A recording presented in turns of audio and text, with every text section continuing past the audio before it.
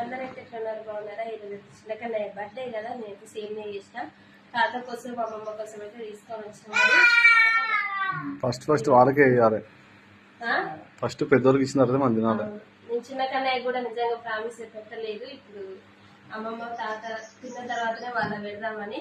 ఎందుకంటే పెద్దవాళ్ళ దీవెనలు ఉంటేనే పిల్లలు అనేది పైకి ఎదుగుతారని నా ఉద్దేశం.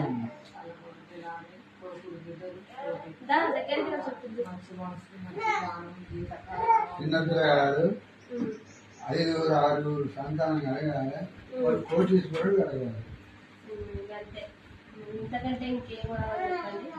పెద్దవాళ్ళ జీవనాలు అనేటివి కొన్ని కోట్లు పెట్టారు.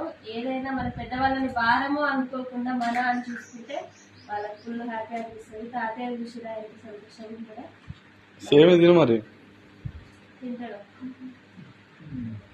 ఓకేనా?